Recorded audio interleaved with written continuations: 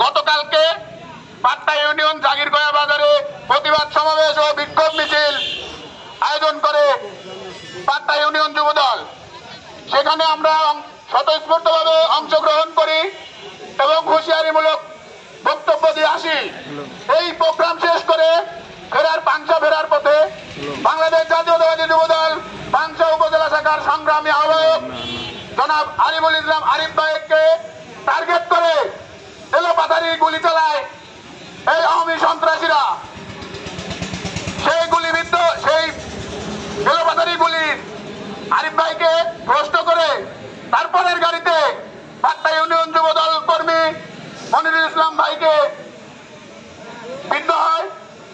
ওনাকে গুলিবিদ্ধ অবস্থায় পাংশা সরকারি হাসপাতালে প্রাথমিক চিকিৎসা দেওয়ার পরে ফরিদপুর রেফার করেন কর্তব্যরত চিকিৎসক। উনি এখন আল্লাহর রহমতে সুস্থ আছেন। সবার কাছে ওনার জন্য দোয়া চাই। আমি এই আওয়ামী লীগের সন্ত্রাসীদেরকে বলতে চাই, আপনারা সময় থাকতে ভালো হয়ে যান, এলাকা ছাড়ুন। আপনারা যে নেককারজনক হামলা করেছেন আওয়ামী লীগের আমলে, আপনাদের যে যারা পুষে রেখেছে তারা কিন্তু এলাকায় নাই। আপনারাও কিন্তু বেশিক্ষণ থাকতে পারবেন না। আপনারা ভেবেছেন কি আপনাদের কাছে অস্ত্র আছে? আপনাদের বাবারা অস্ত্র দিয়ে গেছেন, আপনার বাবারা কিন্তু দেশে নাই। আপনাদের মা হাসিনা কিন্তু দেশ ছেড়ে পালিয়েছেন আগে। আপনাদের কিন্তু সময় লাগবে না, আপনাদের শিকড় থেকে উপড়া ফেলতে সময় লাগবে না। আমি প্রশাসনের দৃষ্টি আকর্ষণ করব, প্রশাসনকে 24 ঘন্টার মধ্যে এই ফ্যাসিবাদের দোষর এই আওয়ামী লীগ সন্ত্রাসীদেরকে গ্রেফতার করে আইনের আওতায় এনে দৃষ্টান্তমূলক শাস্তির ব্যবস্থা করতে হবে। আমরা বাংলাদেশ জাতীয়তাবাদী দল সহঅঙ্গ সহযোগী সংগঠন এই সন্ত্রাসীদের বিরুদ্ধে যদি অ্যাকশনে যায়, আপনারা কিন্তু আপনাদের দায় কখনোই এড়াতে পারবেন না। আমি বাংলাদেশ জাতীয়তাবাদী দল বিএনপির ভারপ্রাপ্ত চেয়ারম্যানের বক্তব্য একটু বলতে চাই। উনি বারবার বলেছেন ভয় দেখিয়ে নয়, ভালোবাসা দিয়ে মানুষের মন জয় করুন। আমরা ভালোবাসতেছি তাই বলেই না আপনারা মাথায় উঠে বসবেন। মাথায় উঠে বসলে কিন্তু মাথা ছাড়া দিয়ে আপনাদেরকে ফেলে দেওয়া হবে পায়ের তলে। পায়ের তলে পড়লে কিন্তু আপনারা দ্বিতীয়বার উঠে দাঁড়াতে পারবেন না। আপনারা যদি সুস্থ স্বাভাবিকভাবে জীবনযাপন করতে পারেন তো করেন, অথবা এলাকা ছেড়ে অন্যত্র কোথাও গিয়ে জীবিকা নির্বাহ করেন। ভাই, আপনাদের কিন্তু রুখে দেওয়ার ক্ষমতা আমাদের আছে। আমরা এই হাসিনার 17 বছরের দানব সরকার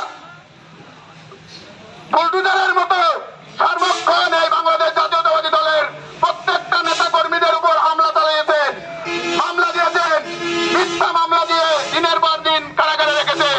বাড়ি থেকে ঘুমাতে পারি নাই, বাগানে ঘুমাইতে হয়েছে, মাঠে ঘুমাইতে হয়েছে, ধানের খেতের আইলে ঘুমাইতে হয়েছে। আপনারা কিন্তু এখনো এই জিনিসগুলো ফেস করেন নাই, আপনাদেরকে এই জিনিসগুলো ফেস করাতে বাধ্য করবেন না। এই হাসিনা সরকারের আমলে বাংলাদেশ জাতীয়তাবাদী দল বিএনপির হাজার হাজার নেতাকর্মী গুম হয়েছেন, খুন হয়েছেন।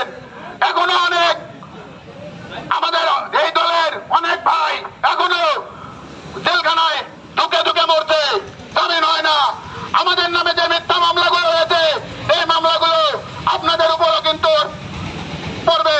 আপনারা ভাবতেছেন কি যে আপনাদের কিছু বলা হয় নাই? আপনাদেরকে বলতে বাধ্য করতেন, আপনারা পায়ে পা দিয়ে পাড়া দিয়ে ঝগড়া করতেন। এই ঝগড়ার পরিণাম কিন্তু ভয়াবহ আকার ধারণ করবে।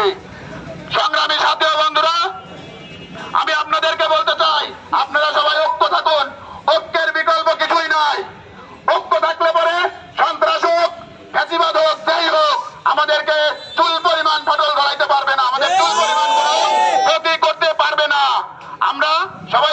ঐক্যবদ্ধ থাকবো, দেশনায়ক তারেক রহমানের কথা চিন্তা করে উনার বক্তব্য ফলো করব।